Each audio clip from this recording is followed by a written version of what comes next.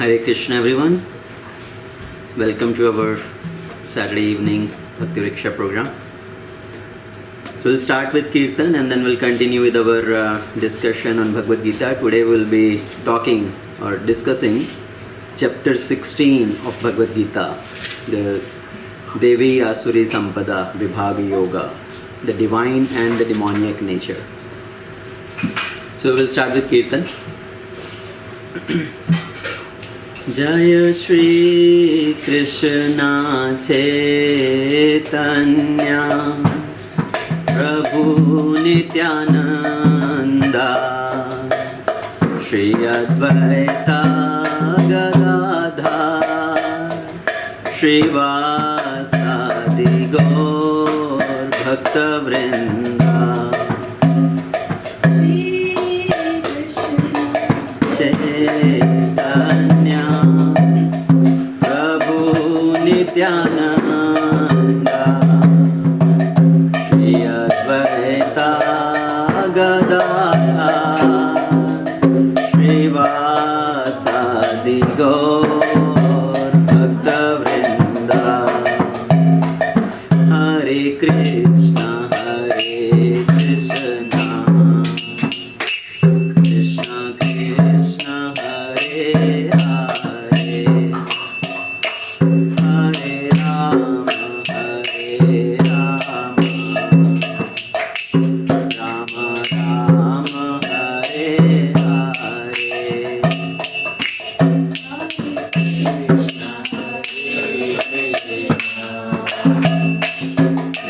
Hare Krishna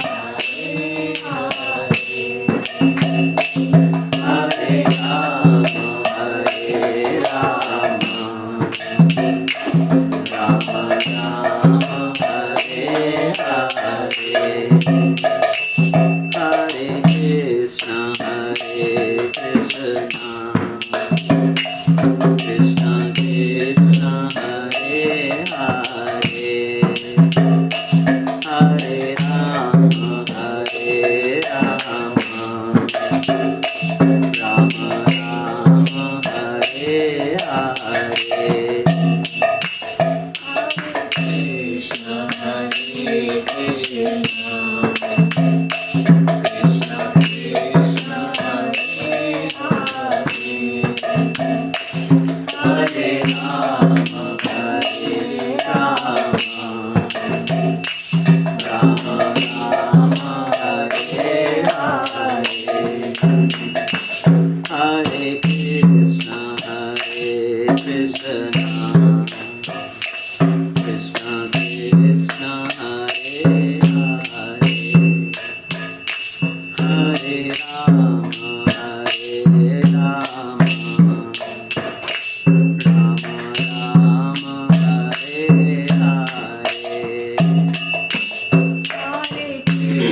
Hare Krishna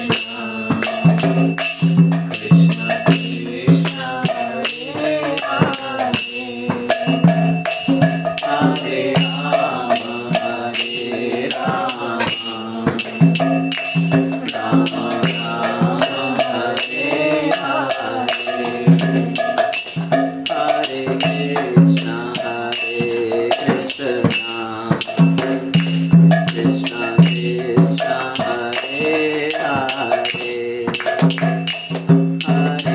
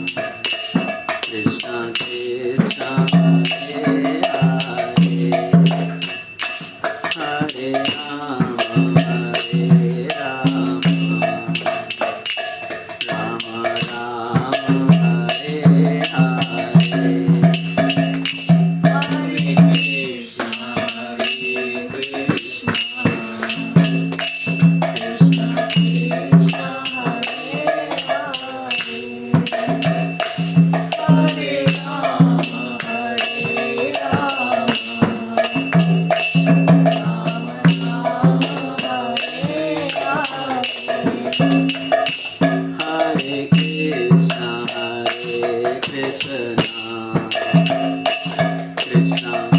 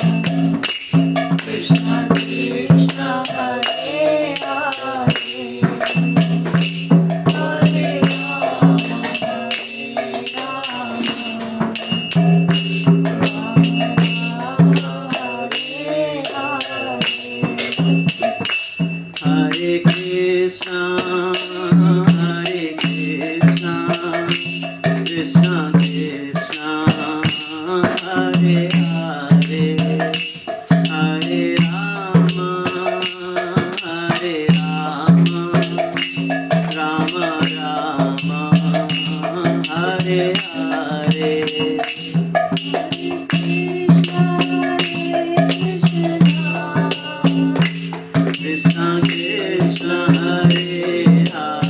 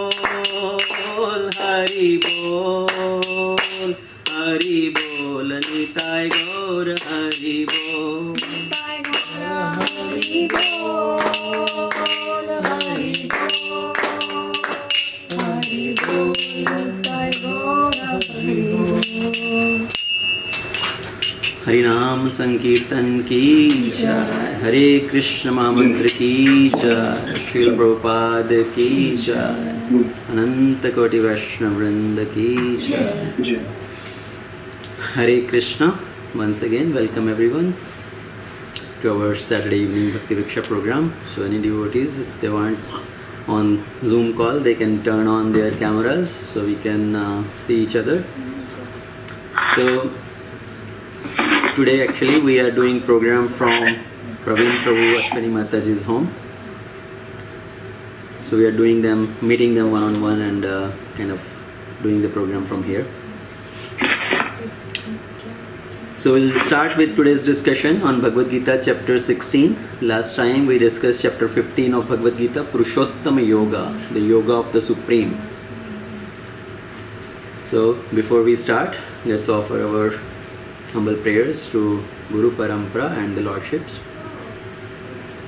Om Ajnana Timirandhasya Jnananjana Shalakaya Chakshurunmilitam Yena Tasmai Shri Gurave Namaha Mukam Karoti Vachalam Pangum Langhayate Girim Yat Kripatamaham Vande Shri Guru Dinatarinim Paramananda Madhavam Shri Chaitanyeshwaram Namo Vishnupadaya Krishna Preshaya Bhutale Srimate Bhaktivedanta Swaminiti Namine Namaste Saraswati Devi Gauravani Pracharine Nirvishesha Shunyavadi Paschatya Deshatarine Namo Mahavidanyaya Krishna Prema Pradayate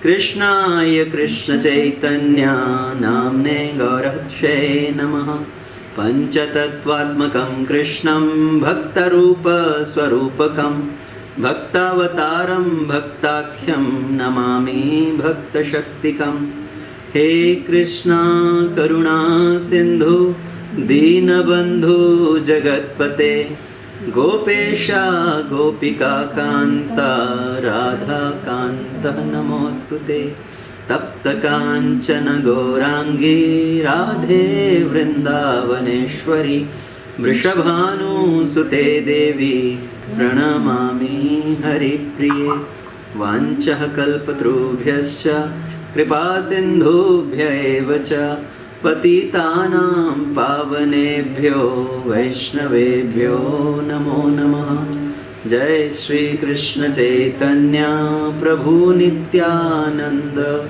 Shri Advaita Gadadha Shivasadi Gaura Bhakta Vrinda Hare Krishna Krishna Krishna Hare Hare Hare Ram Ram Ram Hare Hare. Okay, Hare Krishna. Once again, welcome everyone. So last time we discussed chapter 15 of Bhagavad Gita, Purushottam Yoga. Anybody remember what was the acronym for chapter 15 we used to understand the flow of chapter 15? Home. Okay, very good. So we started with this material world. Is this home or hotel? Hotel. Right, so this material world is not our permanent place. This is like a hotel. As we check into a hotel, we do not start doing the makeover of the hotel room, changing the furniture, changing the paints of the wall, or shifting the location, the position of the furniture and all, because that's our temporary place. Okay, we are just coming there to stay for a day or two, and then we are going to move out. So this material world, Lord Krishna is explaining, this is not our permanent home, this is temporary position for us.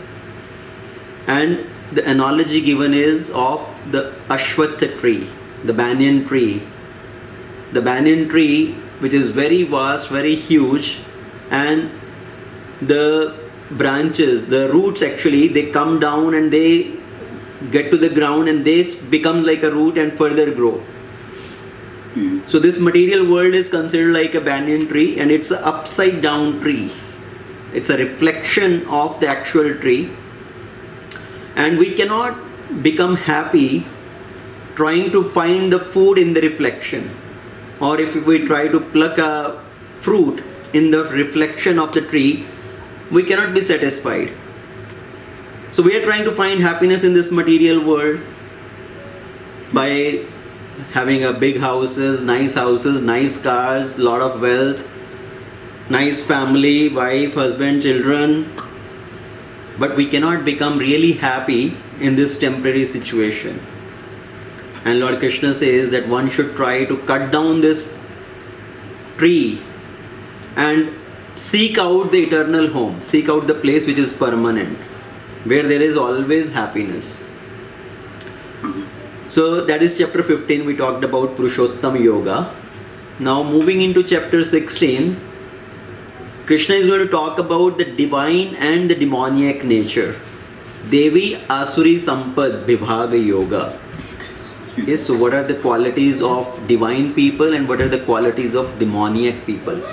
And to understand the flow of this chapter, we are going to use the acronym DOG. D-O-G. Dog. Okay, because the people many times have animalistic propensities, and inside us generally it is referred as there are two dogs barking, a good dog and bad dog, and who wins? Whichever we feed the most, right? So we are taking the acronym DOG here. So DOG, D is for divine and demoniac. So Lord Krishna is going to explain what are the divine qualities and what are the demoniac qualities. So that is D, divine or demoniac. And then O is the opinions and outlook of the demoniac people. So if everybody can be on mute, so we do not have any unnecessary disturbances. Thank you. So O is opinion and outlook of the demoniac people. Okay, what are their actions? What are their propensities? And then the final section of this chapter is G, the gateway to hell. Okay, what is considered as gate to hell, or also getting away from these demoniac propensities. What is needed to get away from these demoniac propensities? So that is the flow of this chapter, D-O-G. Okay, dog. Now, in Satya Yuga, it is considered that the divine and demoniac people, they lived in different planets. In Treta Yuga, divine and demoniac people lived in the same planet, in different countries. Like Lord Ramachandra when came, so Lord Ramachandra is in one part of the world and Ravana is in a different part of the world. So two different countries. So divine and demoniac people in two different places. In Dwapar Yuga, divine and demoniac people in the same home. Okay, same family. Kauravas and Pandavas, same family lineage. In Kali Yuga, same body. Divine and demoniac propensities in the same person. Okay? Everybody is influenced by these divine and demoniac propensities. Once a devotee was distributing Bhagavad Gita, right? Devotees go for distributing books. So one devotee was distributing Bhagavad Gita. Somebody came by and he was arguing, oh, what is the use of this Bhagavad Gita? What is there really which is meaningful to us? And this devotee said, actually, you know what? Lord Krishna has talked about you in Bhagavad Gita. Really? Where? See, chapter 16, read. Here, first 3 verses, Lord Krishna is talking about me, and rest of the chapter, he is talking about you. So you can take Bhagavad Gita and go home and read. So this devotee, this person was excited. Oh, really? Krishna is speaking about me. When he went home maybe and read, and he may be angry also. So am I a demoniac person? So I'm not recommending that when you go on distributing Bhagavad Gita, you say Krishna is talking about you as a demoniac person. We all are maybe having a mixture of divine and demoniac propensities. Lord Krishna is speaking about all of us here in this chapter, that what are the divine and demoniac propensities. By looking at some of these actions performed by the demoniac people, we can maybe relate to that. Am I in which category? Am I in divine side or on the demoniac side? So first verse or first three verses, Lord Krishna is speaking about the divine qualities. Okay? And specifically, there are 26 divine qualities mentioned in the first three verses. And if we go in detail discussing each and every quality, it will require multiple sessions on these three verses itself, if we go in detail of discussing all 26 qualities. So we are going to discuss briefly about these 26 qualities, but let's recite this verse. This is a very important verse. Shri Bhagavan Uvacha Abhayam Sattva Samsuddhir Jnana Yoga Vyavasthitah Danam Damascha Yagyascha Swadhyaya Tapa Arjavam Ahimsa Satyam Akrodhas Tyaga Shantir Apeshunam Daya Bhuteshu Aloluptvam Mardavam Hari Achapalam Tejaha Kshama Dhriti Shocham Adroho Neti Manitah Na Atimanita Bhavanti Samapadam Devam Abhijatasya Bharatah. So some of these qualities, they are primarily for sannyasis. Some of these qualities are specifically for grihasthas. Some of these qualities relate to vanprasthas, some for brahmacharis, and many of these qualities apply to all. Okay, so some of these qualities are primarily for sannyasis or for grihasthas or vanprastha. So we'll see some particular qualities here. So before we get into the details of these 26 qualities, I will describe maybe the Mahatmya of this chapter 16 of Bhagavad Gita. So in Padma Purana, there is Mahatmya for each and every chapter of Bhagavad Gita. Lord Shiva is speaking to Parvati, describing the glorification of each chapter, and there is one story related to each chapter. So Lord Shiva is speaking to Parvati Devi that I will describe to you the Mahatmya of this chapter of Bhagavad Gita, chapter 16, the divine and demoniac nature. And Lord Shiva says, once upon a time in Gujarat, in Surat, there was a king, and that king had a elephant which was like a mad elephant, and this mad elephant was tied up with the shackles in his particular place where that elephant is tied. And one day this elephant, he was so tempted and he broke off all the shackles. He destroyed his place, came out in the city and started running here and there, scaring people. He is running behind people, trying to kind of get hold of the person and throw them away. So everybody is afraid. Everybody is running hither and hither here. And everybody is shouting, yelling, crying for help. And they saw there was one Brahmana who took bath in the river very peacefully. He is coming out and he is reciting this chapter 16 of Bhagavad Gita in his mind. And he is walking towards this elephant. Even though people are shouting, hey, look out, this elephant is coming towards you, watch. But this person, he did not pay attention and he is just moving towards that elephant.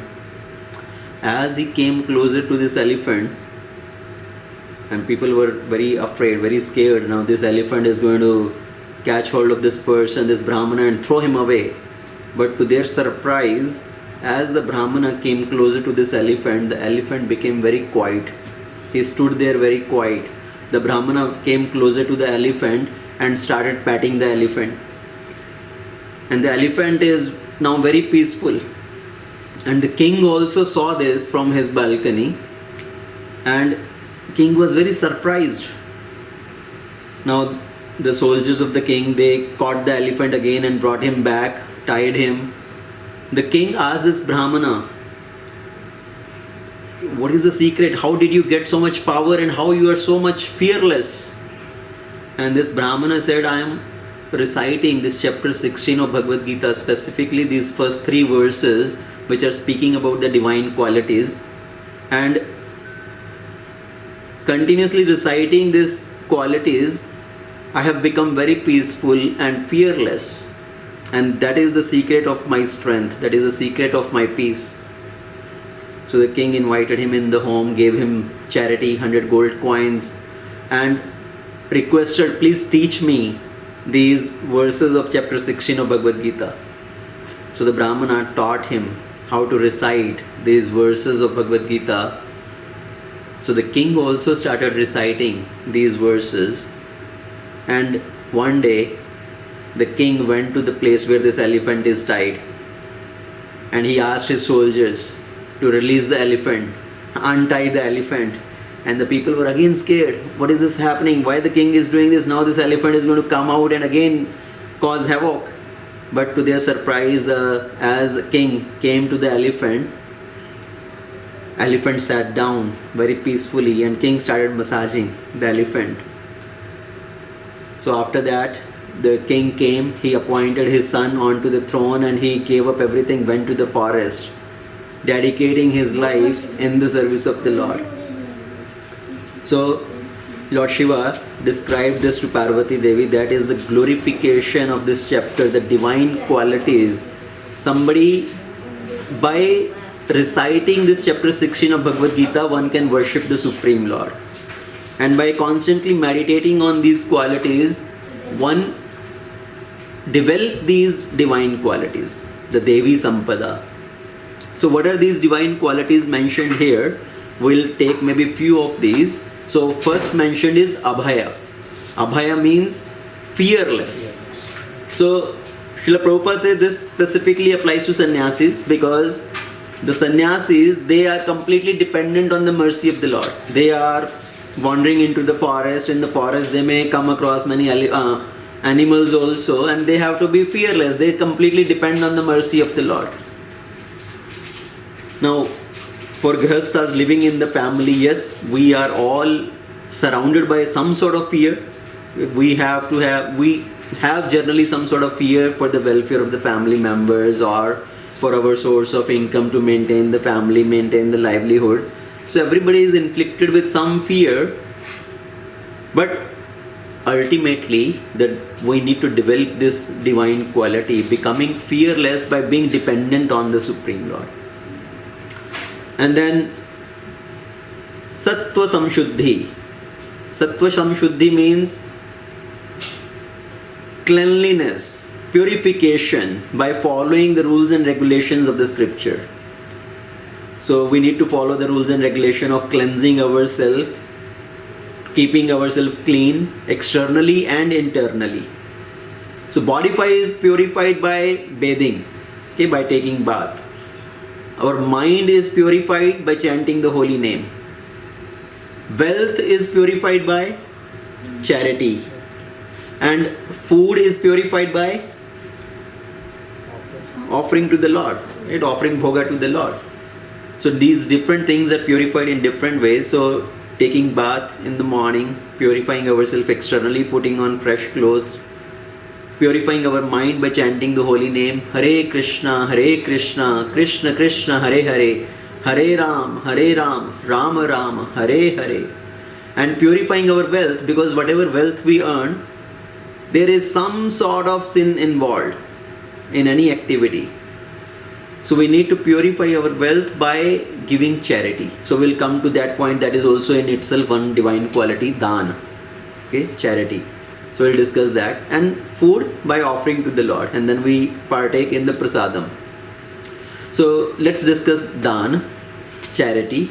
So now this dana, specifically this quality applies to grihasthas. Sannyasis, they don't have anything. Brahmacharis, they also are not earning, right? They are in education, they are still learning. And grihasthas who are earning, who are maintaining their family, their livelihood, so they need to develop this quality of giving in charity, dana. And scripture says we should give charity some specific amount. It's not that somebody may think, okay, right now I am earning only $50,000. When I earn $100,000, maybe then I will give some charity. Charity is attitude. Giving charity is also attitude. So no matter how much somebody is earning, we should give some percentage of our earning in charity. Even in every culture, be it Christians, okay, Muslims, everybody have this culture of giving in charity. They give 20% to the mosque or to the churches and all. So same way here in our Vedic culture, there is a lot of significance given to charity. If somebody does not give in charity and they want to enjoy everything for themselves, that is also going to cause a lot of suffering for the future actually.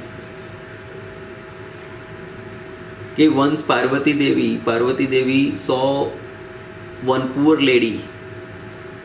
Okay, she is suffering, she is very poor and she was feeling some compassion towards her and she wanted to help.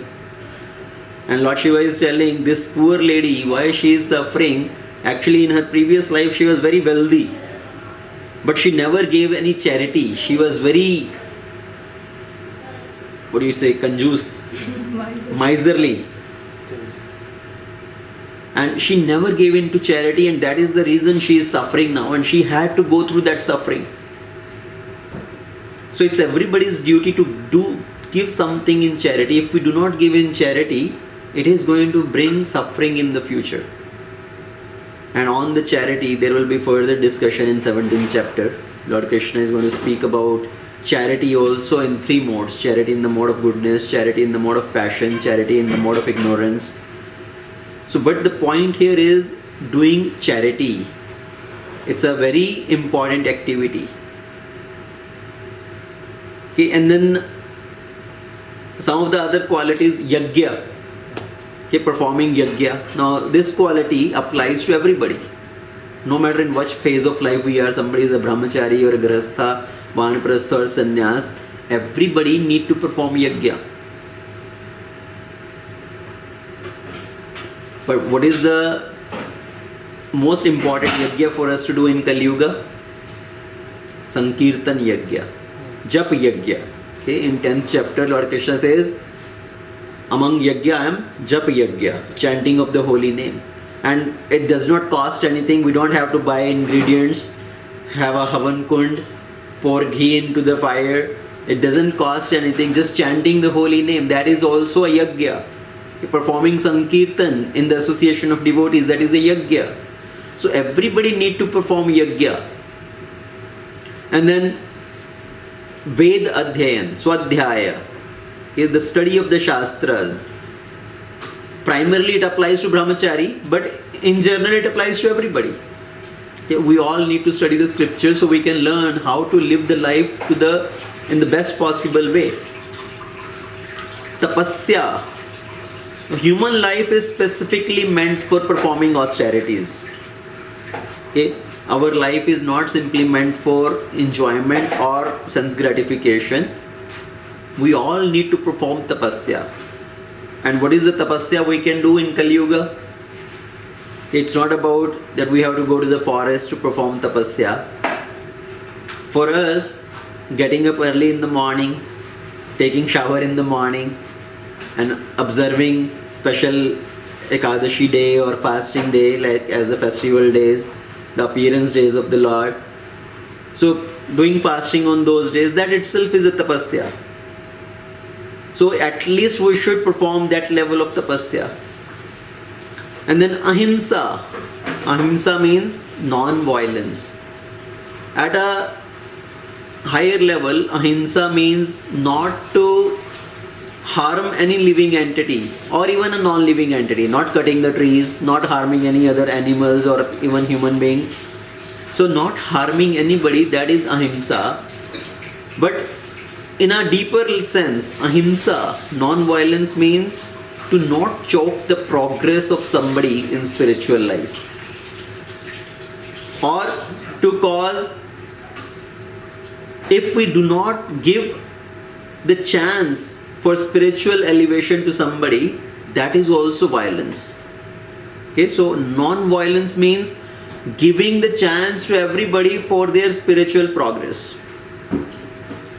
So that is non-violence. Then apashunam. Apashuna means no fault finding. Okay, so one should not find fault with others. Now if there is a thief, his thief is running and everybody is chasing the thief, and you call out that as a thief, that is not fault finding. So chor ko chor bulana, that is not fault finding. But unnecessarily we should not find fault with others. Okay, oh, this person is like that, this person is like that. So we should not do that fault finding, because ultimately all of us, everybody has some deficiency, everybody has some faults. So rather than focusing on others' fault, we should focus on their good qualities. And then let's talk about Kshama. Kshama means forgiveness. Forgiving others for their some mistakes. The scripture says the king is supposed to forgive woman, child, the old person, for if they have committed any sort of mistakes, any sort of mischievous acts. So they should be forgiven. And then freedom from envy, Irshya. So one should not have envy towards others by seeing somebody's growth, by seeing somebody's prosperity. So one should not be envious towards them. And then na ati manita, having free from the desire of honor. So one should not think that wherever I am going, everybody should honor me. So freedom from this desire of receiving honor from everybody, that is also one of the divine qualities. Na ati manita. So these are some of the divine qualities which Lord Krishna is speaking, that if somebody has these qualities, those are considered as the divine person. Sura, Deva. And on the contrary, now Lord Krishna is going to speak about the demoniac qualities. What are these demoniac qualities? So Krishna says in text 4, Dambha darpa abhimanascha krodha parushyam evacha Ajnanam cha abhijatasya partha sampadam asurim. Dambha, pride. Darpa, arrogance. Abhiman, conceit. Krodha, anger. Parushyameva, harshness. Ajnana, ignorance. So these are the qualities belong to demoniac nature. Okay, so Dambha, what is the meaning? What is the difference in Dambha, Dharpa, Abhiman? All looks very similar. Okay, we can all talk about as pride. But there is a subtle difference in these three. Dambha, Dharpa and Abhiman. Dambha means somebody does not even possess the qualities, but still they are proud about that, thinking themselves to be possessing those qualities. Okay. For example, somebody is maybe not as beautiful, but they think themselves to be very beautiful and they are very proud about that. That is Dambha. Or somebody is not a learned person, but they think themselves to be very learned and they are very proud about that. So Prabhupada here is giving the example, the demoniac people, they want to make the show of religion and advancement in spiritual science. Although they do not follow any principles. Okay, somebody is not following any regulatory principles, they just make a show of spiritual life and they are very proud about that. That is called Dambha. And Darpa means arrogance for possessing some good qualities. So somebody does have good quality and they are proud about that good quality. That is called Darpa. Arrogance. That, oh, look at me, I am so handsome. Look at me, I am such a learned person. I can quote shlokas left and right. So, yes, somebody has the quality, but because of that, they become very arrogant. Somebody has a lot of wealth, and because of their wealth, they become arrogant. That is called Darpa. So, Prabhupada is writing, they are always arrogant or proud in possessing some type of education or so much wealth. And Abhiman, what is Abhiman? Prabhupada translates it as conceit, desire to be respected. Okay, so the desire to be worshipped by others, the desire to be respected, they demand respectability, even though they do not command respect, but they demand respect. Okay, so see, one thing is somebody is so deserving, wherever they go, people will naturally offer respect. But on the other side, somebody, they demand respect. Oh, see, I have come, offer me garlands. I have come, give me a best place to sit. So like that is called abhimana. Okay, the desire to be respected. And then, of course, Lord Krishna is talking about other demonic qualities as krodha, harshness, anger. Now, anger, what is anger? As long as our desires are being fulfilled, then we are happy. But if our desires are not fulfilled, immediately anger comes.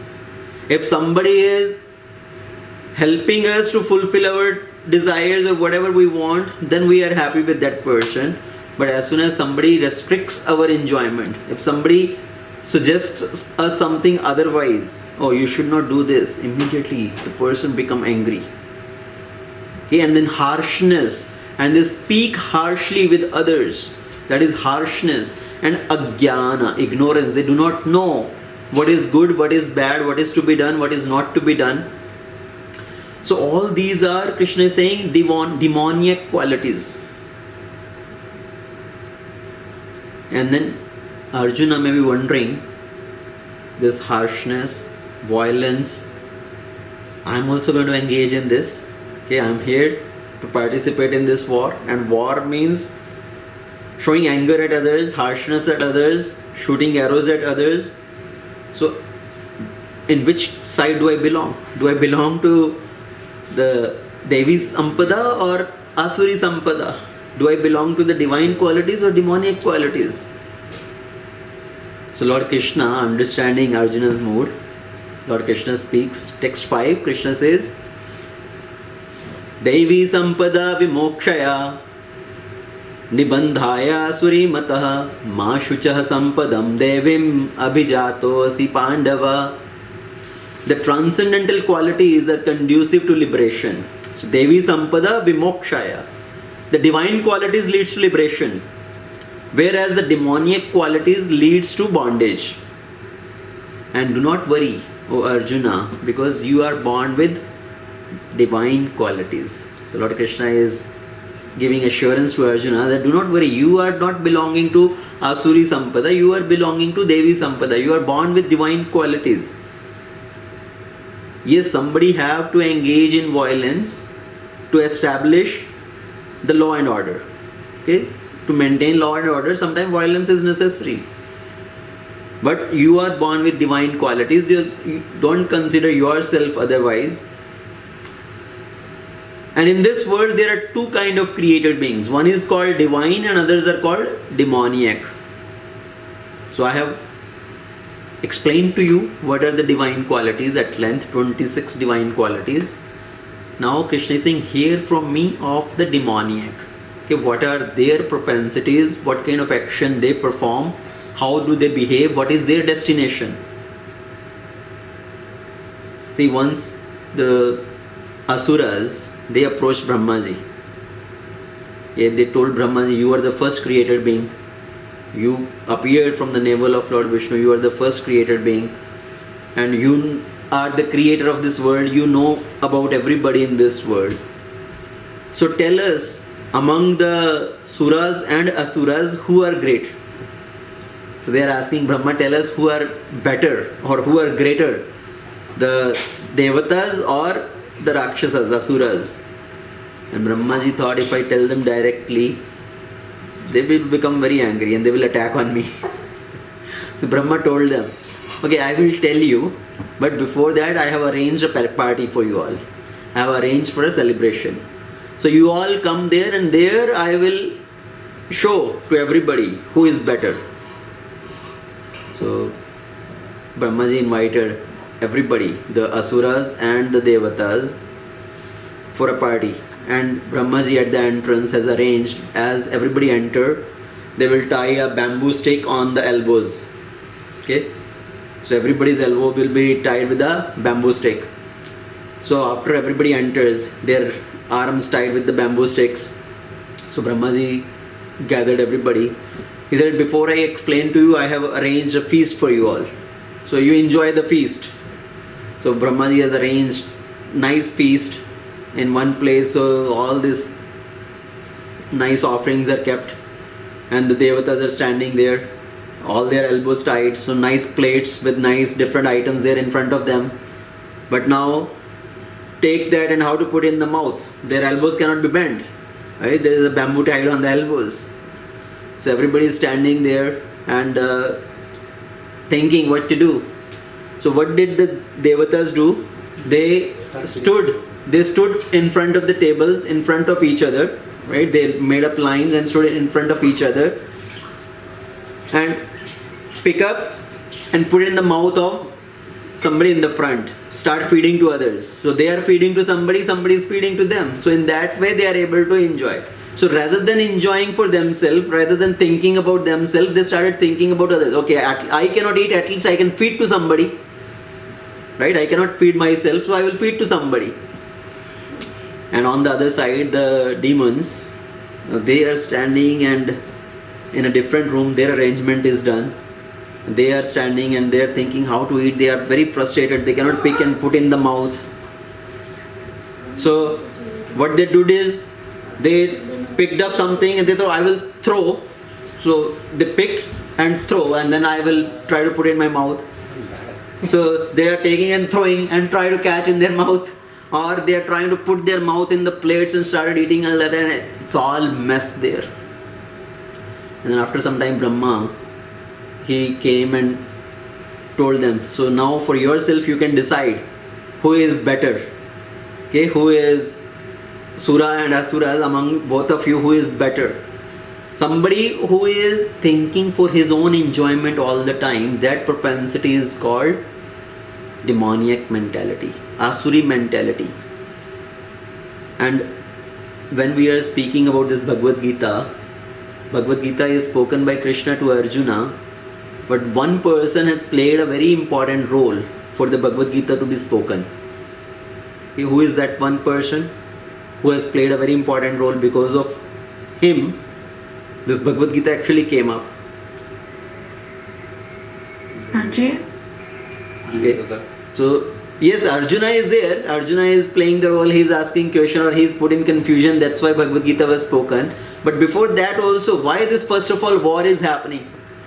Because of Duryodhana. Okay, because of Duryodhana's obstinacy. Okay, his Rajhat. I want this kingdom for myself. I don't want to share this kingdom with anybody. His tendency to enjoy for himself. So because of him, this whole thing has happened. This whole war is going to happen, and Krishna is now explaining this Bhagavad Gita. So now Krishna is speaking about the difference between the divine and demoniac qualities. So Krishna in briefly had told 6 qualities as a demoniac qualities. What were those 6?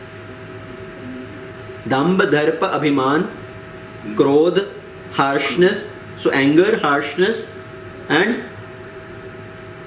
ignorance. So these 6 qualities Krishna has already mentioned. Now Krishna further explains. Okay, I will explain in detail what is the mindset of these people with demoniac propensities. So those who are demoniac, pravrittim cha nivrittim cha janana vidurasuraha na shocham na pichacharo na satyam teshu vidyate. Those who are demoniac, they do not know what is to be done, what is not to be done. Okay? Pravrittim cha nivrittim cha janana vidurasuraha. They do not know how to respect others, how to respect the elders. They do not know how to respect the woman. So they do not know what to be done, what not to be done. Neither cleanliness nor proper behavior nor truth is found in them. So these people with demoniac propensities, they don't know what to be done, what not to be done. Not respecting elders, not showing respect to women. And today's society, if we see, is filled with demoniac propensities. There is no respect for elderly people, there is no respect for women. And at the time of this Mahabharat, 5,000 years ago also, these propensities are shown. So take the example of Vidura, how Vidura was treated by Pandavas and how Vidura was treated by the Kauravas. Duryodhana, he told Vidura, because Vidura was trying to teach Duryodhana, saying you should give up your obstinacy, you should return the kingdom to Pandavas, you both live peacefully. And Duryodhana became so angry, he yelled at Vidura, said, you are always taking the side of Pandavas. If you speak one single word now, I'm going to kill you, I'm leaving you with your life here, get out of this place right now. So he insulted Vidura, he threw him out of the palace practically. On the other side, Pandavas, after this whole Kurukshetra war has happened, so many years have passed, and Vidura one day he returns back to Hastinapur. And as Vidura comes back to Hastinapur, Yudhishthir, he receives Vidura falling at his feet and telling, uncle, where have you gone? The words are Prabhu. Prabhu, where had you gone? So Yudhishthira is showing so much respect to Vidura, always willing to follow his instructions. So that is the difference in divine and demoniac propensities. Not respecting elders, not taking their opinion, not taking their guidance. And then not having respect for women. On one side we see Duryodhana, Dushasana, Karna, how they treated Draupadi. After the gambling match has happened, Duryodhana ordered Dushasana to bring Draupadi into this assembly by dragging her from her with her hair, holding on to her hair. Dushasan dragged her into the assembly, and then Karna, beating on to his janga, he told Duryodhana that you should make her sit onto your lap. And Duryodhana, beating on to his thighs, he was telling Draupadi that you are married to 5 husbands, what is the harm in accepting one more? So respect for the woman, insulting the woman in the assembly like this. And on the other side we see the character of Arjuna. Arjuna, when went to Swarga to receive the divine weapons, there Arjuna was sitting in the assembly of Indra, and Urvashi was once dancing in the assembly. So Arjuna was looking at her, and at night Urvashi approached Arjuna that I want to enjoy with you. And Arjuna said, mother, how can you even think of like that? And Arjuna, as addressed her as mother, she became angry. That then why were you looking at me? He said, I was looking at you like as a mother, because I respect you as a mother. You were married to our forefathers Puru, and from the Puru further the dynasty came as Kuru. The Kuru dynasty is coming from Maharaj Puru, Pururva. So I see you as a mother in our family lineage. So that was Arjuna's respect towards a woman. And here Krishna is saying, Pravritti cha nivritti cha janana vidhurasura. These people with the demoniac mentality, they cannot understand the differences in what is right, what is wrong. And they are neither following the principles of cleanliness nor proper behavior. And there is no truth also found in them.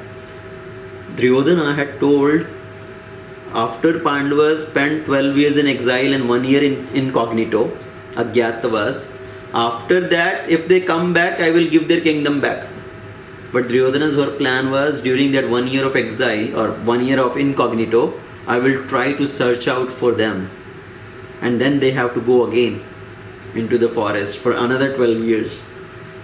So every time I will keep doing that, and they will be doomed to live in forest forever. That was Duryodhana's plan. But once the Pandavas finished their 12 years and 1 year incognito, and they are asking for their fair share, Duryodhana denied to give that. So there is no truthfulness. So we see here the qualities which Krishna is referring to. These are the qualities which is prominent in Kali Yuga. We generally, people are not following any such principles of taking guidance from others, following the authority, right? Following the principles of cleanliness. There is no external cleanliness itself. What to speak of internal cleanliness? The minds are so corrupted. So further Krishna says, they say that this world is unreal, with no foundation, no God in control. And what is the ultimate purpose of this material world? Aparaspara sambhutam kim anya kama hetukam. This material world is produced of sex desire and has no cause other than lust. This material world is created for our enjoyment only. Kama hetukam. Kim anya. There is no other purpose behind the material world, the creation of this material world. So they think this material world is created for our enjoyment, for fulfilling our desires, and ultimately this world is unreal. There is no God in control. We are the independent enjoyers. So these demonic people, all they want to do is enjoy for themselves. If somebody support their enjoyment, then they are friendly towards that person. If somebody restrict their enjoyment, they become enemy. Right? Kshane rushta, kshane tushta, rushta tushta, kshane kshane. So they become easily pleased also if somebody is supporting their enjoyment. They are friendly with that person. And if somebody restrict, immediately they become angry and want to kill. So Kamsa was taking Devaki. Right after the marriage of Devaki and Vasudeva, Kamsa was taking Devaki very happily to drop her at her new home. And then the Akashvani happened. The 8th son of Devaki is going to be the cause of your death. Immediately Kamsa became so angry. He held on to the hair of Devaki and with the sword he was ready to swear her throat. So on one moment he was very happy. He is serving her as a chariot driver. And in the next moment he became inimical towards her, ready to kill her. So that is the demoniac propensity. And in Bhagavad Gita chapter 7 also we heard Krishna spoke 4 types of people who approach the Supreme Lord, and there are 4 types of people who do not approach the Lord. And among the 4 types of people who do not approach the Lord, what is? One is Asurim Bhavam Ashrita. Somebody who has taken shelter of the demoniac propensities. So what is the demoniac propensities? Thinking there is no God in control. There is no foundation of this material world. We are the independent enjoyer. The whole purpose of this creation is for our enjoyment. So that is the demoniac propensities. And what is their mentality? What kind of actions they do? So following such conclusions that we are the independent enjoyer, these demoniac people, they are lost to themselves and have no intelligence. They engage in unbeneficial, horrible work meant to destroy the world. Prabhavanti ugra karmanaha kshaya jagato hita ahitaha. So ahita, they are engaging in all the work which is unfavorable for the whole world. Ugra karmana. So they engage in horrible work which is going to destroy everything. Now in this world, in this current scenario, can we quote some example which is considered as ugra work, horrible work? What are the examples of ugra work? Ugra karma. Killing someone, like people murder each other, so many crimes happening. Yeah, so much crime is happening, so many wars are happening. Yes. Right? Ukraine-Russia war, and this all is Israel, Palestine war. So many wars are happening. That is what is ugra karma, just trying to destroy each other. And then trying to misuse the natural resources. We are trying to extract the resources of nature for our selfish enjoyment. Right? Extracting the minerals out of the core of the earth, digging up the earth to extract those minerals, and now so many things are going on. I don't want to quote something because it may become a little controversial. So there are so many of these things are going on the name of our scientific advancement, on the name of progress of society. left and right we are just misutilizing the resources of material nature. And then killing the cows, right? Not taking care of the cow. That is also ugra karma. Right? Sending the cows to the slaughterhouses. People want to keep the dogs and cats as pets in their home, but they don't want to take care of cows. The Vedic culture is cow stays inside the house and dog is to kept outside the house. Dog can be outside the house as a watch dog, not watch person, watch dog. So dog is to be kept outside. Yes, you can feed the dog, you can give him some chapati and all, but he is at the gate and cow is inside the house. Now cow is not to be found anywhere and dog is inside the house. On the bed. On the bed, sitting on the same bed, sitting on the same sofa, and people allow the dog to lick their cheeks. The dog comes and sits in the lap. I have a colleague of mine and he broke his thumb once. Okay? And I asked him what happened. He says, I have this dog, he's very big in size, but he doesn't understand that he has grown big. He considers himself still very small. He came and sat in my lap and my thumb broke because of the weight of the dog. So, and the dogs, sometimes they say, oh, dog chewed on the wires. So there was a power outage in the house. So we hear so many such stories. And people have the photos of all their dogs and cats on their desk, okay, on their tables, and they want to look at the photos of their dogs and cats. So earlier at least people will have the photo of their family, somebody, right, of their kids on the desk. Now people have the photos of their dogs and cats. My another colleague, he was saying his aspiration is to become a best dog dad. You understand the meaning? He want to become a best dog dad. That is the term these days, dog dad. They consider dog as their baby, as their child. So where is the society heading towards? People want to keep the dogs and cats and they don't want to take care of the cows. The cows are being sent to the slaughterhouses. The bulls are sent to the slaughterhouses. Earlier the bulls are used in plowing the land and cow is for milking. Now as soon as the cow stop giving milk, they don't want to maintain the cow. It's a burden and send the cow to the slaughterhouse. The bull is not needed in the beginning itself. Send the bull to the slaughterhouse. Because now we have all the nice machinery and everything for work in the field, in the agriculture. We do not need the bulls. So where is the society leading to? That is ugra karma. Prabhavanti ugra karma kshayo jagata ahitaha. They do not know what is beneficial, so they are engaging in all sort of horrible work to destroy the world. And taking shelter of their insatiable lust and absorbed in the conceit of pride and false prestige, the demoniac, this illusion, are always sworn to unclean work, attracted by the impermanent. They believe that to gratify the senses is the prime necessity of human civilization. Just enjoy as much as you can. Do not worry about anything. Who has seen the future? Who has seen the next life? Beg, borrow or steal, live life king size. Right? That is the philosophy of demoniac people. Kal kisne dekha? Just enjoy your life as much as possible.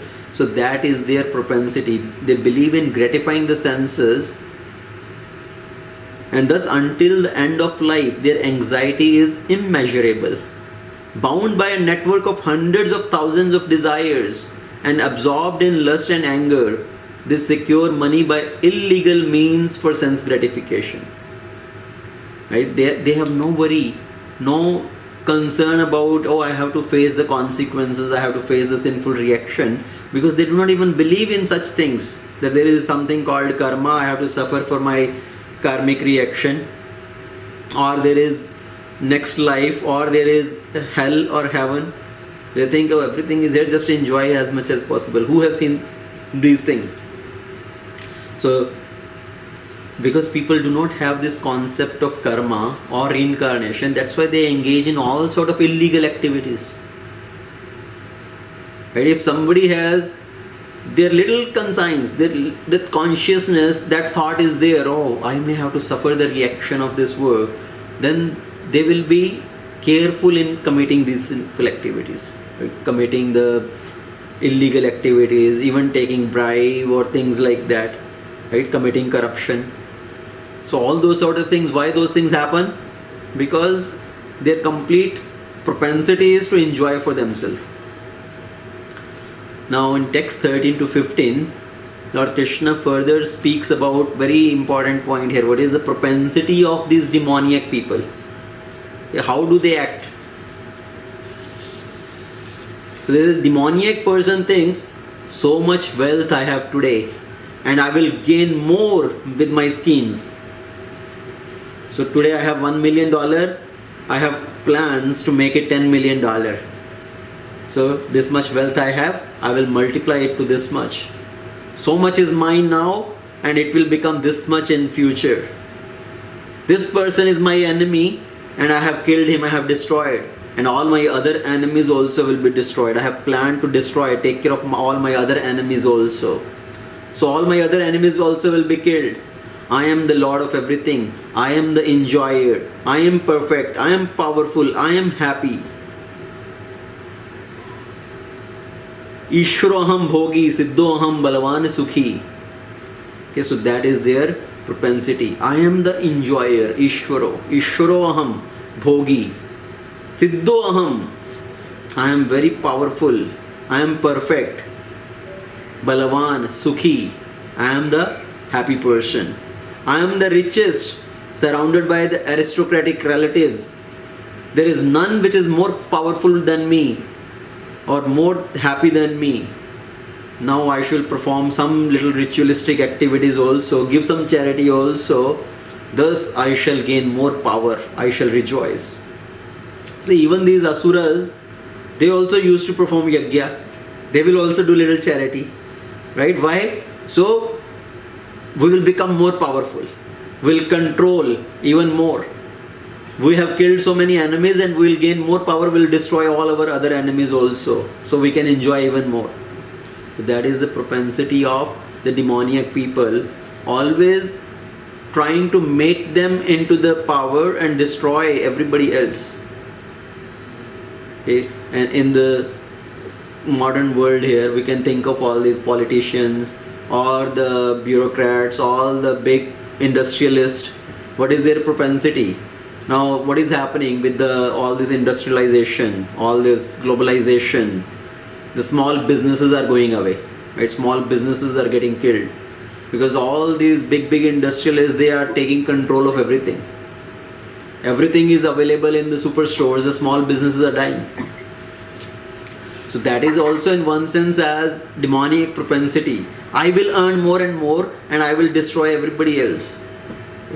जैसे बोलते हैं एक बड़ी मछली छोटी मछली को खा जाती है. So that is the propensity here. Ishwaroham bhogi siddhoham balavan sukhi. So ahankar balam darpa kama krodha cha samshritaha mam atma para deheshu pradavishanto abasuyakaha. So bewildered by false ego, ahankar, balam, strength, darpa, pride, kam, lust, krodh, anger. These demons become envious of the Supreme Personality of Godhead, who is situated in everybody's heart, in everybody's body. And they blaspheme against the real religion. So they start to become envious towards the Supreme Lord itself. And they start to blaspheme against the real religion. And we see in this current society now there are so many up-dharma which is trying to destroy the real dharma. They think we are the topmost, we are the real dharma and all other dharma are actually false. And they want to destroy others. So that is adharmic propensity, the demoniac propensity. And now Krishna tells about their destination. What is the destination of these people who are with the demoniac propensities? Krishna says those who are envious and mischievous, who are the lowest among the men. What do I do with them? What do I do with all these demoniac people? I cast them into the ocean of material existence, into various demoniac species of life. Okay, you stay here in this world, bound in this world, going down the drain. Okay, going into the lower and lower species of life. So Krishna says all these demoniac people who are filled with envious and mischievous propensities, I keep them bound in this material world. Attaining repeated birth among the species of demoniac life, such person can never approach me. They gradually sink down to the most abominable type of existence. Now, is this Krishna's injustice towards them? Krishna is not giving them the chance of progress. This is because of their own action. This is because of their own karma. Krishna is just as a equipoise Lord. He is awarding and punishing based on their own activities. See, if somebody is put into jail, is judge considered to be envious towards that person or harsh toward that person? No, that person, because of his own activity, he is put in jail, so the other people outside in the world, they can live peacefully. Otherwise, if this person is going to stay in the society, he is going to cause more havoc. So the criminals are separated from the common people and put into jail at a separate place. So same way Krishna is saying, all these demoniac people, envious people, I cast them into the lower species of life, separating them from the human society, casting them into the lower region, so they sink down to the more abominable type of existence, making them into the trees and creepers or the insects and all. So that is the destination of this demoniac people, demoniac propensities. Now text 21 to 24 is very important, where Krishna is telling how to get out of this demoniac propensities. Okay, what are the doorways to hell and how one should protect themselves from going to the hell. So specifically text 21 is very important. Chapter 16, text 21. So Krishna says, Trividham narkasya dwaram nashanam atmanah kama krodhas tatha lobha tasmat eta trayam tyajet. So Trividham narkasya idam dwaram. So there are three doors leading to hell. Trividha narkasya idam dwaram nashanam atmanah, which are causing the degradation of the soul. So what are these three doors to hell? Kama, Krodha, Lobha. Okay. Last couple of sessions I asked, who is the father of sin? Paap ka baap kaun? Okay, everybody remember? So I asked, Paap ka baap kaun? So who was the father of the sin? Paap ka baap kaun? Lobha. Greed. Because of the greed, people engage in all sort of sinful activity, right? This corruption, bribery, all these sort of things. Why this happen? Because of greed. So kama, krodha tatha lobha, these three are the doorways to hell. Now when there is so much of kama there, kama could be considered as the desire, material desires. When there is so much of material desires, if those desires are not fulfilled, they turn into frustration and then leading to anger. And if that material desires are fulfilled, does the person become satisfied? No, the desire increase more and more, turning into greed. Today I have got now this much, now I want to get even more.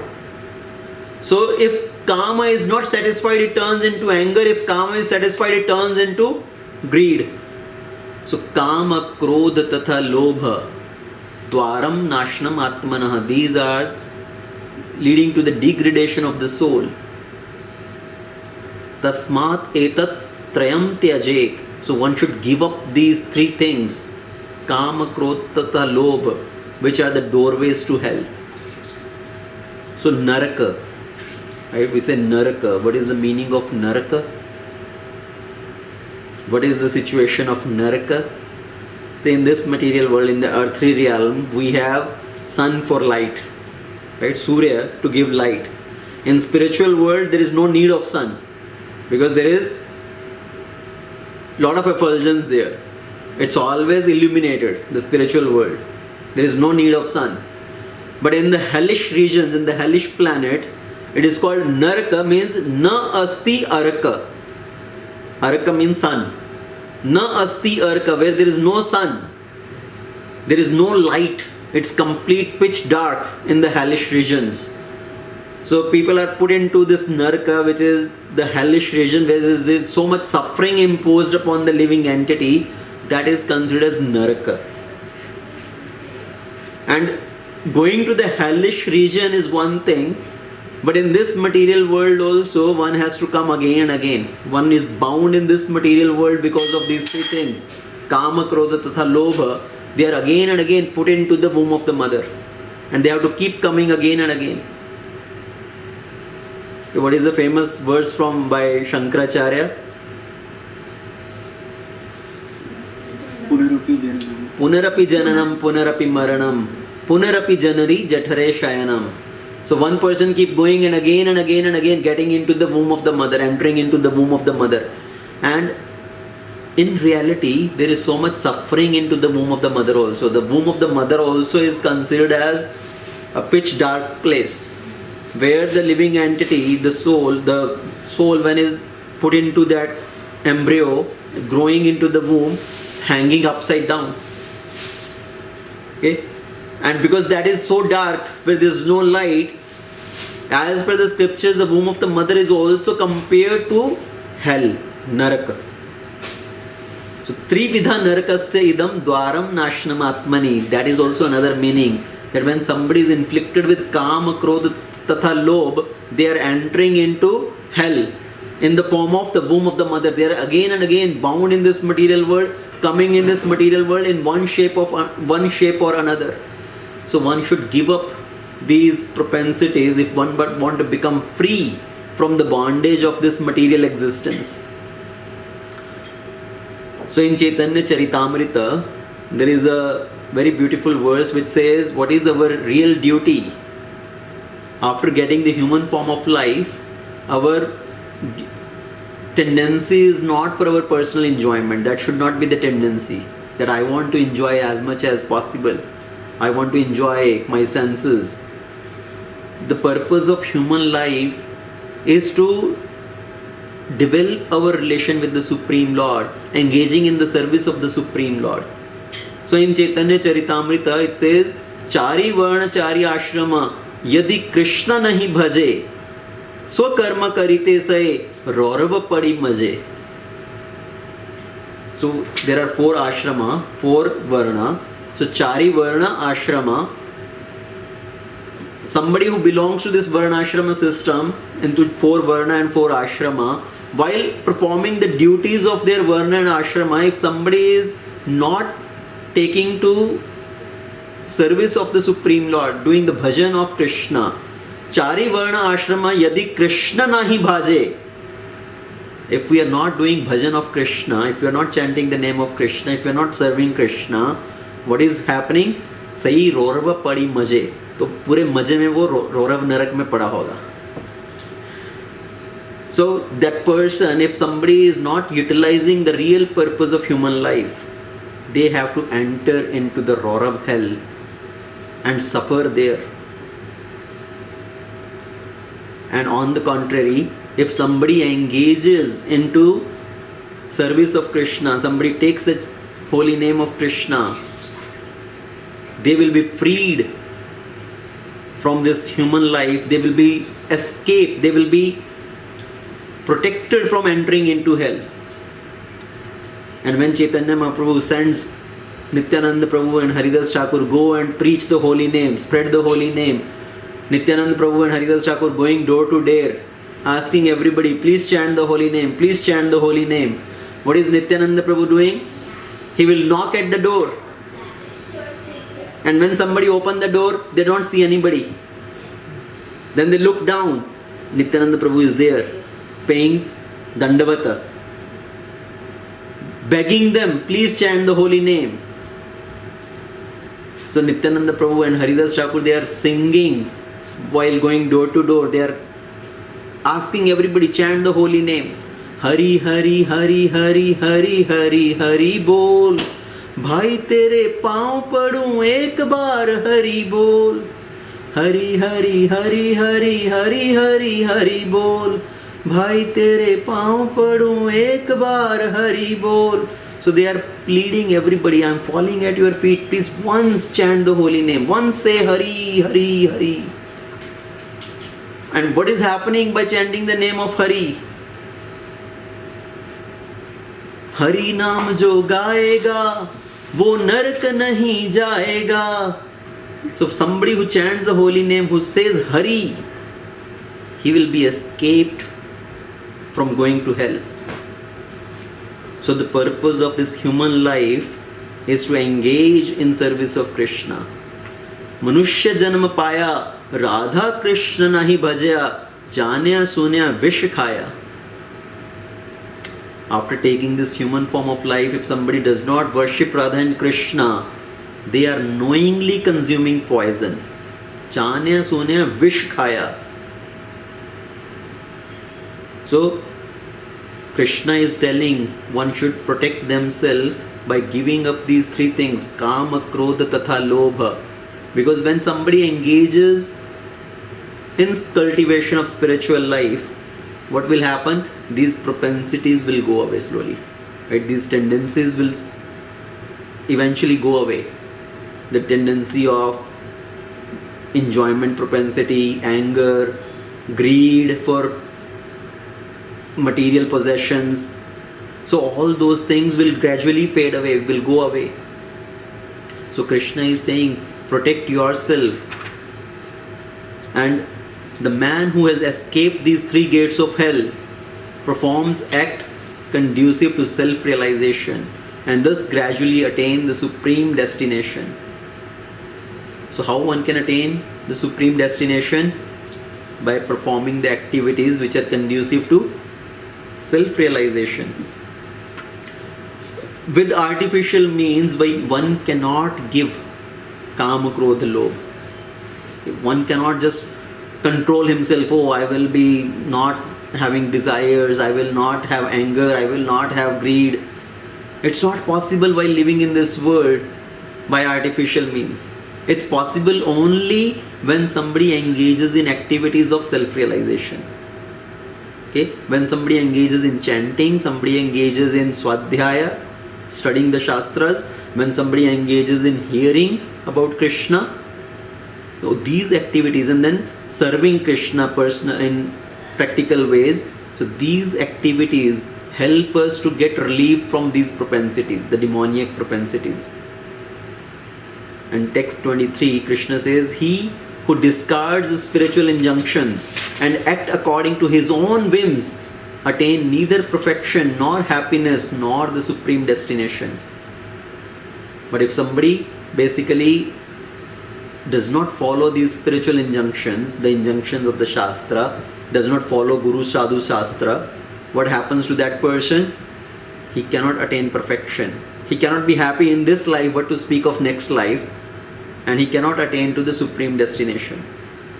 So one should always learn from the Shastra, learn from the Sadhus, learn from Guru, how to engage in spiritual life, how to engage in the cultivation of spiritual practices, rather than following one's own concoctions, one's own concocted ways of doing certain ritualistic things.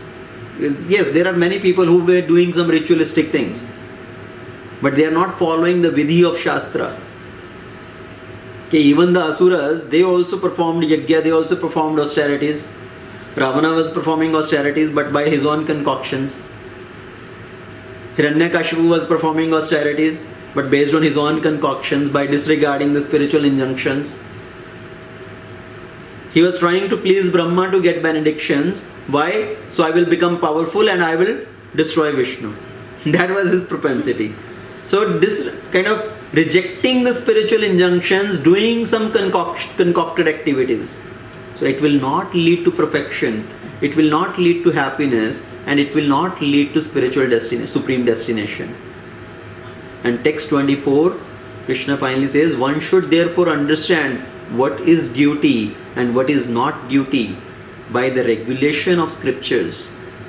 Knowing such rules and regulation, one should act so that he may gradually be elevated. So we should slowly and steadily try to make spiritual progress. And for making spiritual progress, we have to start from somewhere. Right? It's not going to come all of a sudden one day. That at some point of time, when I develop vairagya, when I develop detachment from material things, from family, from possessions, then I will take to spiritual life. That detachment is not going to come automatically. We have to start from somewhere by following the particular prescribed rules and regulation. Okay, so that's why Srila Prabhupada, he gave us the 4 regulative principles. What are the 4 regulative principles? No meat eating, no intoxication, no gambling, no illicit relation. So even though somebody is living as a grihastha, living in the householder life, follow these 4 regulative principles. Okay, control your eating habits, live with family without any illicit relations, don't engage in any intoxication and gambling. So in that way, live a sober life while performing your householder duties. Try to cultivate spiritual life. Engage in the spiritual activities, Shravanam, Kirtanam, Vishnu Smaranam. So in that way, one can slowly and steadily make progress. So Srila Prabhupada gave the principle of chanting 16 rounds of Hare Krishna Mahamantra every day. And that's not only for sannyasis or for vanaprasthas. That's for everybody. That's for grihasthas primarily. Because grihasthas, they are busy with their occupation, taking care of family. But at least take some time, chant the holy name. Engage in that activity, because by chanting the holy name, it will purify us. It will protect us from fall down in this material world. Getting trapped in this material world, getting victim of the demoniac propensities. That's why chanting of the holy name is so important. If somebody cannot come to the standard of 16 rounds immediately, start with 2 rounds, 4 rounds, and gradually increase. But we need to become consistent with this practice. Not that I do one day, then I don't do it another 5 days, then I do one day, then I take break. We have to be consistent with this practice. Now I'm not going to judge anybody that, oh, you have to do 16 rounds only, then I'm going to talk to you. But we have to take to this practice. Be consistent, even if you are chanting 4 rounds, but be consistent. Because this is your vow to Krishna. That Krishna, this is my time with you, I'm going to chant half an hour. Okay, every day I'm going to chant half an hour.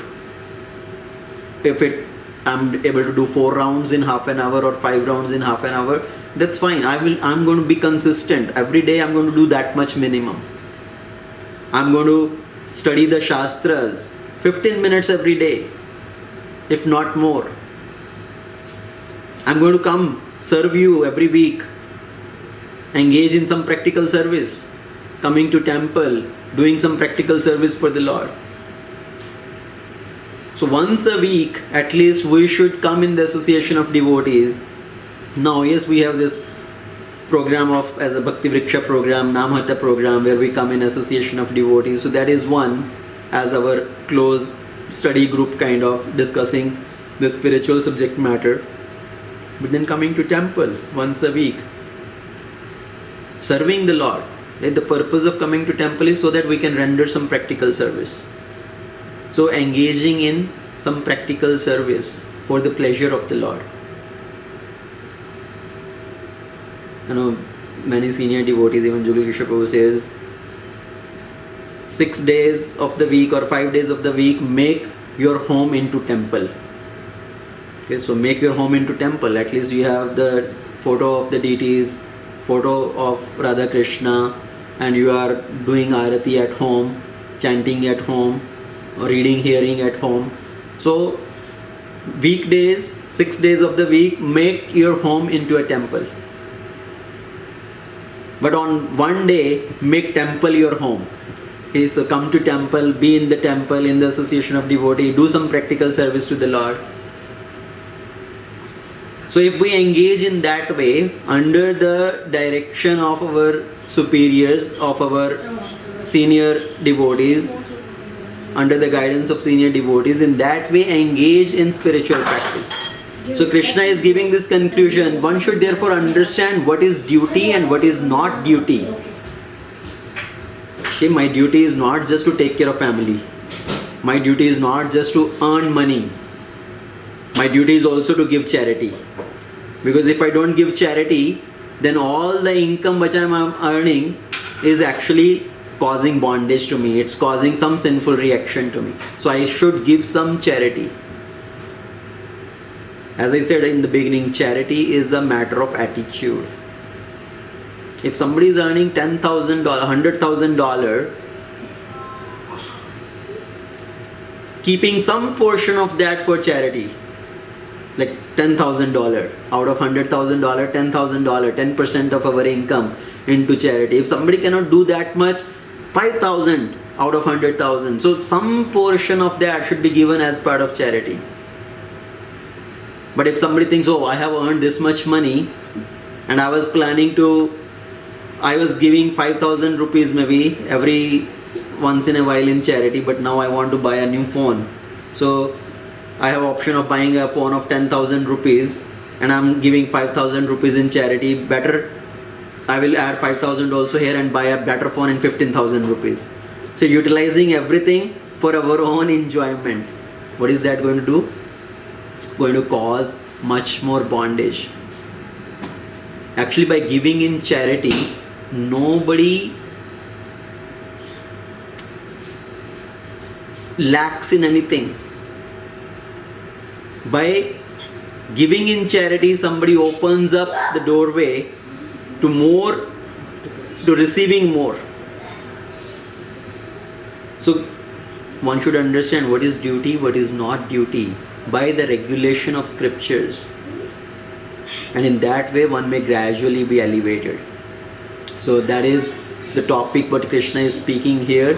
The divine and demoniac propensities, the divine and demoniac nature, Devi Asuri Sampad Vibhaga Yoga, and we discussed it with the flow, with the acronym of DOG, D-O-G. The divine and demoniac propensity, as a demoniac person has his own opinions and his outlook towards the life, to enjoy for himself, to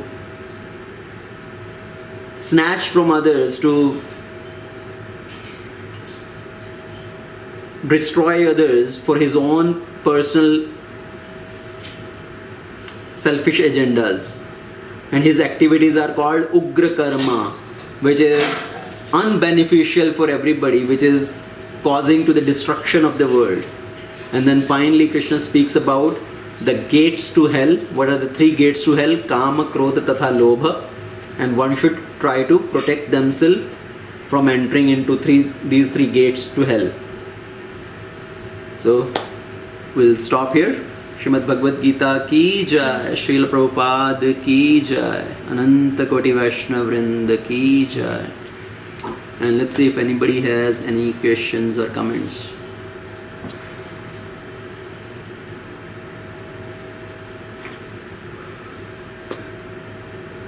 Hare Krishna, Prabhuji. Yeah, Hare Krishna, Vidhana. Dandavat pranams. Actually, I was thinking how to identify. If let's say I'm thinking I'm this, but like I'm having a good character, but how to identify I really have it or not? Like from the discussion, yeah. Yeah, so Krishna is clearly explaining the qualities which are divine and which are demoniac. And as I said in the beginning, in Kali Yuga, all these divine and demoniac qualities exist inside the same person, right? We are influenced by both divine and demoniac propensities, But now what we choose? Do we want to cultivate more and more divine qualities so that these demoniac qualities will be ultimately eliminated? Or are we cultivating more and more demoniac propensities, which is causing the divine qualities to go into a state of sleep? Right? So are we putting those divine qualities more and more, suppressing those and cultivating more demoniac qualities? So what are we doing right now? So even though yes, we may be influenced by sometime demoniac propensities also, showing dambha, darp, abhiman, krodha, anger, greed, etc. But what are we doing right now? What is our desire? Are we fanning these demoniac propensities or are we fanning the divine propensities? Okay. Yes, Prabhuji, I'll reflect on that. Thank you. Hare Krishna. Hare Krishna. Hare Krishna, Prabhu. Yes, So, Hare Krishna. one question is, you said the material world was made to enjoy lust. So does that mean all of us demonstrated desire for lust and that's why we are given this life? So I did not say this material world was created for enjoy. I said Krishna is telling that demoniac people think like that this material world is created for us to enjoy. The purpose of this material world is for our enjoyment. Okay. So because we had chosen to enjoy for ourselves separate from Krishna, yes, Krishna has put us into this material world, but ultimately the purpose of this material world is not for our enjoyment. This is for Krishna's enjoyment. But we are trying to enjoy, and that's why we are bound in this world. So if we want to get freed from this bondage, we need to give up the propensity of our enjoyment and align our desires with Krishna's desires. And Krishna's desire is, Krishna wants everybody, all of us, to come back to him. Right? That is Krishna's desire. So when we align our desire with Krishna's desire and we work according to that, then we can become free from the bondage of this material world. Okay. Thank you. But the people with demoniac propensity, they think, oh, the purpose of this world, Krishna has created this world for us to enjoy. Everything is here for my enjoyment. So let me take everything, let me exploit this material nature to the best what I can do, and I will enjoy the most. So Krishna is telling that is demoniac propensity. Thank you.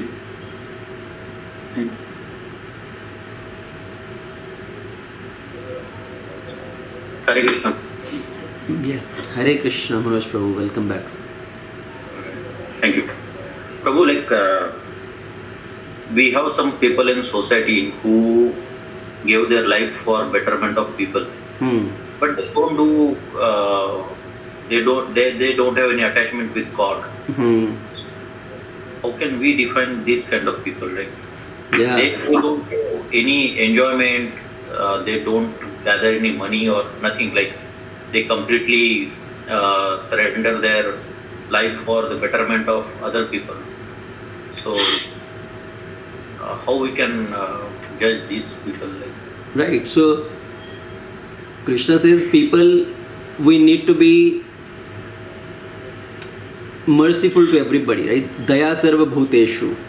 कि दया का भाव होना चाहिए. That is good to show compassion towards other. But now some people show compassion for hungry people to give them food. Some people show compassion to poor people by giving some treatment to them, giving them medicines, by giving blanket to poor people, by making hospitals, this, that. So people have all these sort of activities. They want to show compassion, right? That daya. But what is real compassion? If somebody is drowning and you try to save that person, but you save only the jacket of that person and the person still drowns. But you save the jacket and you're very happy. Say, I saved the jacket of this drowning man. Is that really compassion? If somebody you are serving, somebody is giving food to hungry people, yes, that is good. But that person is going to get hungry again tomorrow. You are giving treatment to some sick person but that person may get sick again, because if he does not give up his, doesn't change his environment, he still expose himself to that same environment where he can get infected with the disease again, he's not going to be cured. So rather than trying to cure the person from that disease, the real solution is to change the environment of that person, to take him out of that environment where he can become victim of that disease again. So yes, doing these activities, no doubt they are good, right? People are showing compassion, daya ka bhav on other people. But what is real compassion? What is real mercy to others? By helping them connect with Krishna. The real mercy, if somebody is lost, some child is lost, the child is now suffering, he is hungry, his clothes are torn, and if somebody see that child and give him some food, give him some new clothes, yes, he is being compassionate toward that child, but what will be the real help to the child? To connect that lost child back to his parents, back to his father. Right? So in that way the child gets connected with his father again, and he will be again under the protection of his parent, and he will be happy. I think he's asking which category they fall in. So all these people who are showing compassion to other living entities, yes, it is the divine propensity only, but it is incomplete, right? They are themselves also bound in this material world, and they are not helping others also to get out of the bondage of this material world. That help which they are offering is temporary help. Like somebody has a bird in the cage, they are polishing that cage, they are offering the nice cage to the bird, but they are not feeding to the bird. So that compassion is incomplete. So same way, people who are showing compassion in this world by helping the poor, giving them food, helping the sick people, naturally they have a good propensity, right? They have divine qualities only. They are not trying to enjoy for themselves. They are sacrificing their time, energy, money in service of others, but they are not serving the Supreme Lord, and they are not engaging in the service of the Supreme Lord. So whatever all they are doing, their activities, they are situated in the mode of goodness, but mode of goodness is also binding. We discussed the 3 modes of material nature earlier. So they may get promoted to the heavenly planets, but they are still bound in this material world. After they exhaust their punya karma, they will again come down to the lower planets. Okay, so somebody distributed food to others, in his next life he will never go hungry. He will get the reward of his sukriti, right? The punya he has done. He has distributed cloth to other, next birth he may become the owner of the cloth mill. So by doing these charitable activities, yes, the person is in the mode of goodness. He may be promoted to the higher planets within this material world, but ultimately he is still bound in this world. The only prerequisite to become free from the bondage of this world is when we connect ourselves with the Supreme Lord, when we connect ourselves with Krishna, engage in service of Krishna, chant the holy name. That way then we can become free from the bondage of this material world. That is the only way. Okay. Thank you so much. Hare Krishna. Okay, anybody else? Yes, Malti Mataji. I had 2 things. Yes, Mataji. First, if the curve is doing without the expecting any result, offer it to Krishna, then there, even if you are giving food to the hungry, it will not cause bondage. Am I right? Sorry, say again. If the person is doing without expectation, And just because he's hungry, I'm giving it food. So, without anything in return, without anything in mind, right, then that will not be a sakam, and it will not give any it is bondage. still sakam. It is still sakam in the sense, even though that person is doing without any expectation, but in the law book of Krishna, it is still being recorded as punya karma, right? He himself is not desiring anything in return, but it is a punya karma.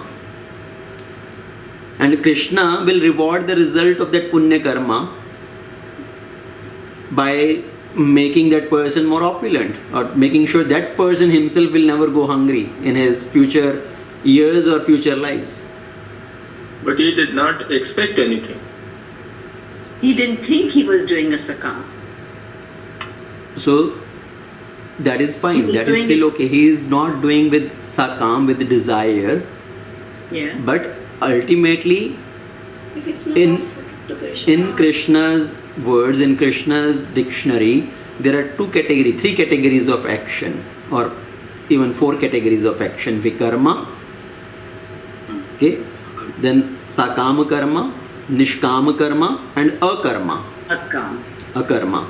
So even though he is doing nishkama karma, right? He is doing nishkama karma. He is not doing without. He is not doing with desire to enjoy, but he is still not doing akarma.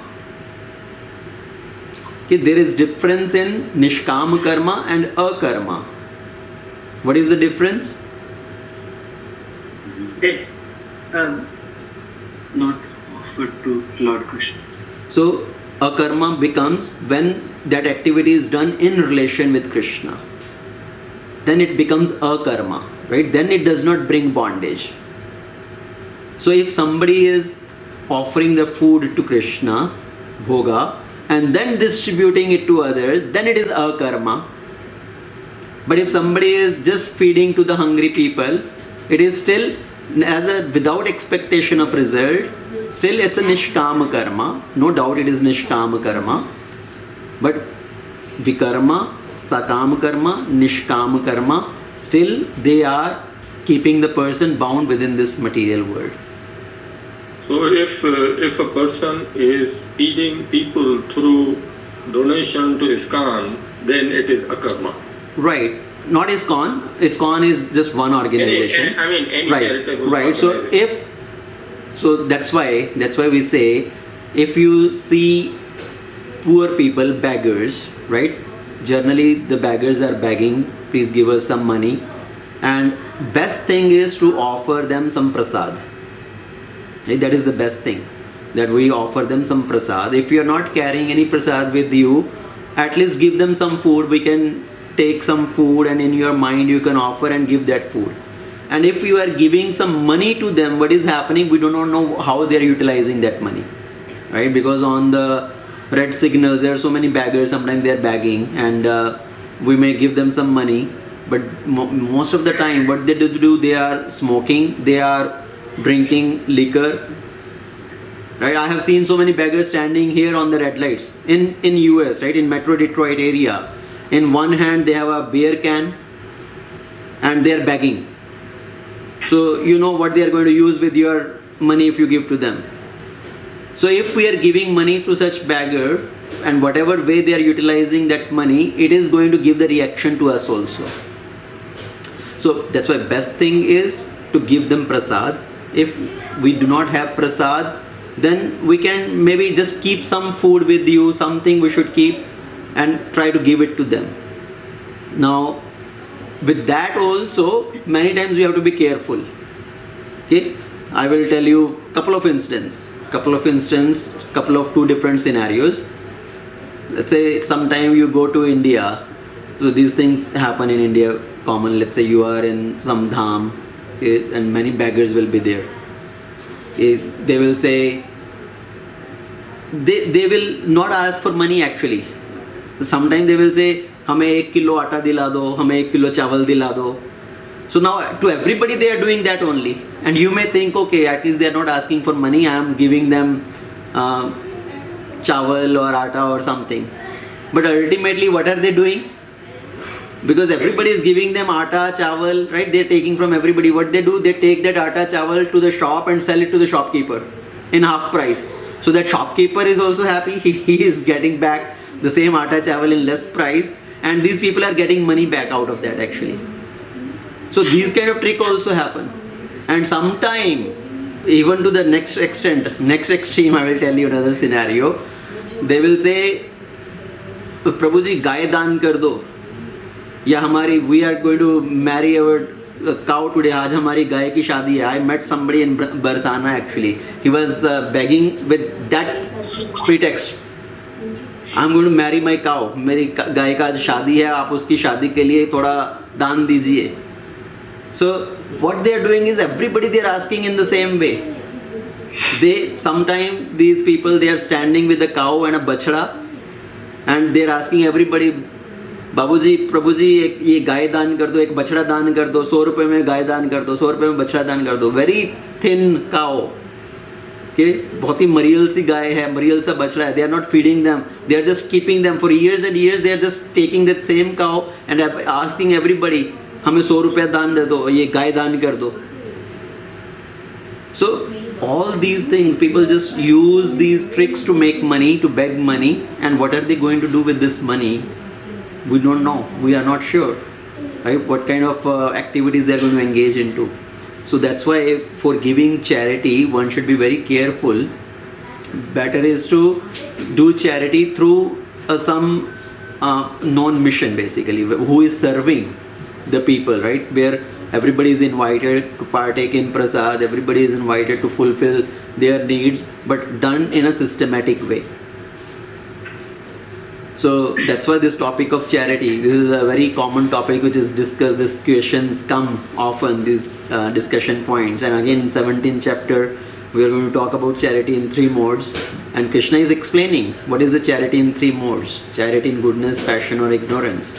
So we'll be discussing in more detail in the next session. I know it's getting very late. No, but that's fine. Suppose there is a hungry person.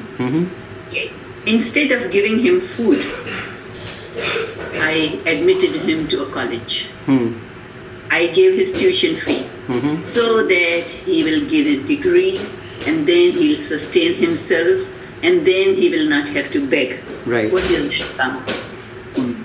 Yeah, so that is also from your side you may have done as a nishkama karma to help this person. But again, to what degree I don't want any punya. Right. I just want to help him. Right. So from your side, this is nishkama karma. Yeah. Right.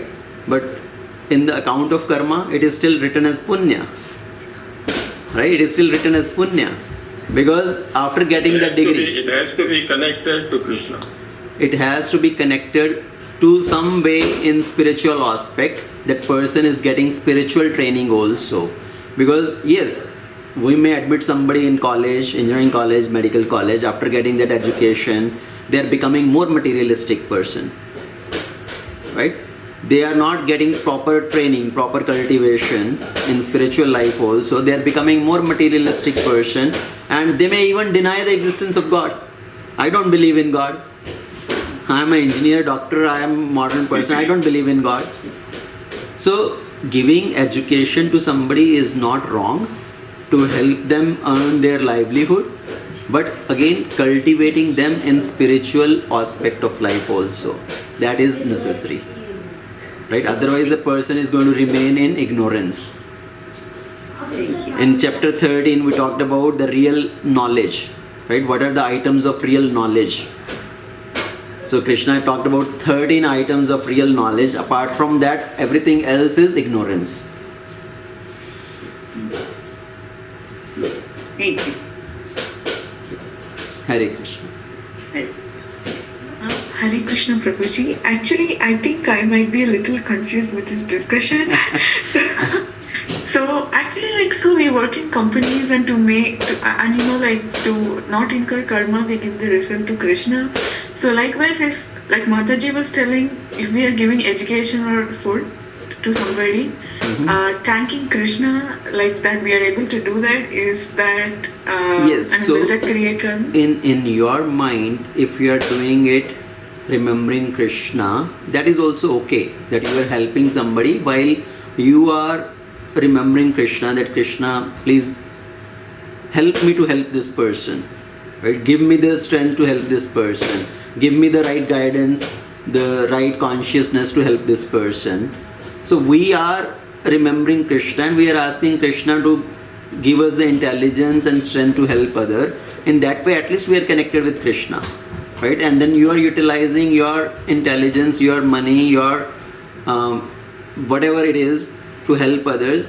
So it is okay. From your side, you are connected with Krishna, but ultimately we should help connect that person also with Krishna in some way or another. Okay, got it. Okay, thank you, Prabhuji. Hare Krishna. Hare Krishna. Okay, Praveen Prabhu, any question? No, Prabhuji, I'm just thinking about this. Okay, yes, Srini Prabhu. Okay, after this. Hare Krishna, start. Hare Krishna. And you said it right actually for both, each person here in this yuga has both divine and demonic qualities. That means each person has both good and bad versions in him. And we believe, as per Bhagavad Gita, we believe that though some of the qualities are carried to us by previous samskars, previous birth samskars.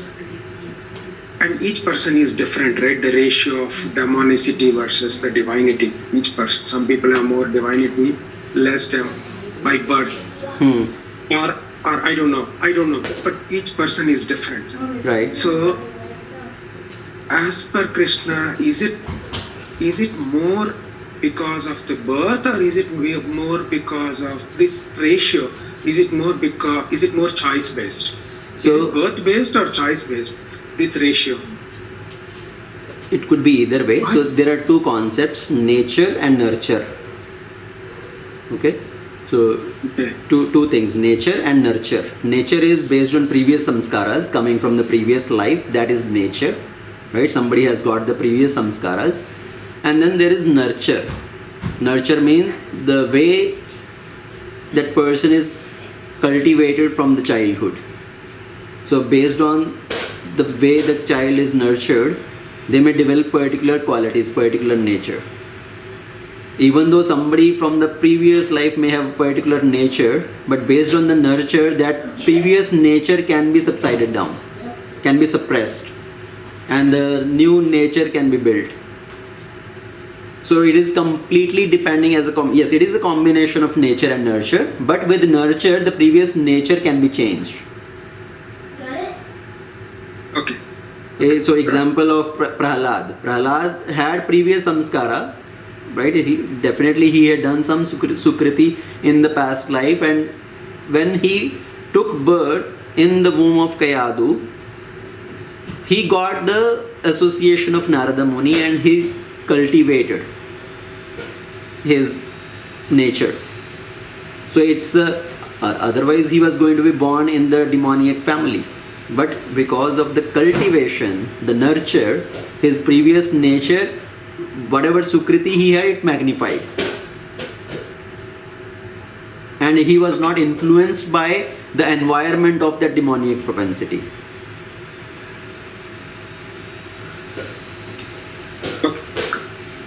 Right? And we see in ISKCON there are so many examples that somebody previously may had so many wrong bad tendencies. All these hippies who came into the movement, they were drug addicts, they were having illicit relations and whatnot, gambling, everything. They were doing all those things. But after they came into Krishna consciousness, they completely changed. With the nurture of Krishna consciousness, their previous nature changed. They gave up all those activities. Somebody was a drug dealer also. Somebody was doing maybe other abominable activities. So with the process of Krishna consciousness, when somebody take into this process, the previous nature can be changed.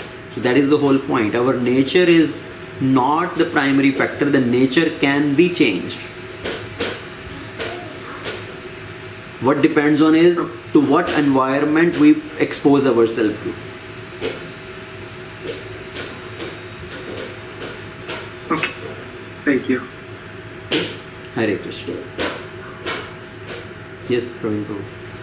Prabhuji, on the same line, in this Kali Yuga, somebody is in a Hindu family and the next birth takes birth in some Muslim family. And it's okay, hippies and all, they had reason, actually got attached to ISKCON and changed their life. And those people never get exposed to ISKCON because of their own environment, their own religion and all. And they're quite well off.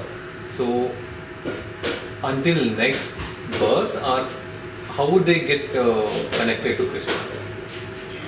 So if they are in whatever faith system they are, if they are at least believing in God and they are genuinely serving God, Krishna will give them the opportunity to get proper guidance, proper training, where they can get better knowledge. So they can again come into this process, into that family, into that environment where their continuous growth to the spiritual life continues.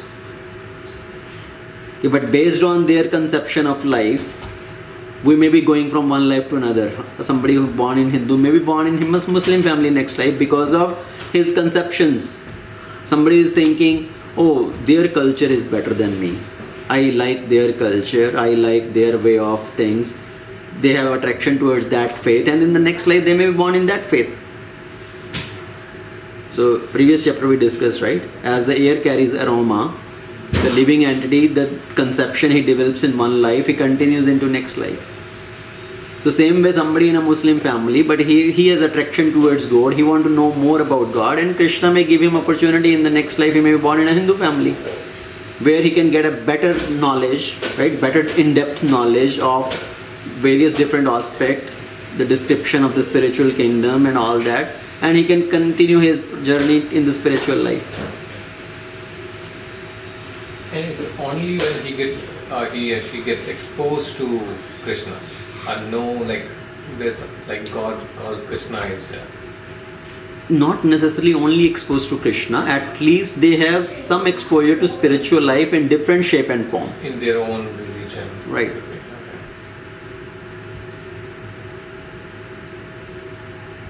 For the higher spiritual knowledge, accordingly they will. Right.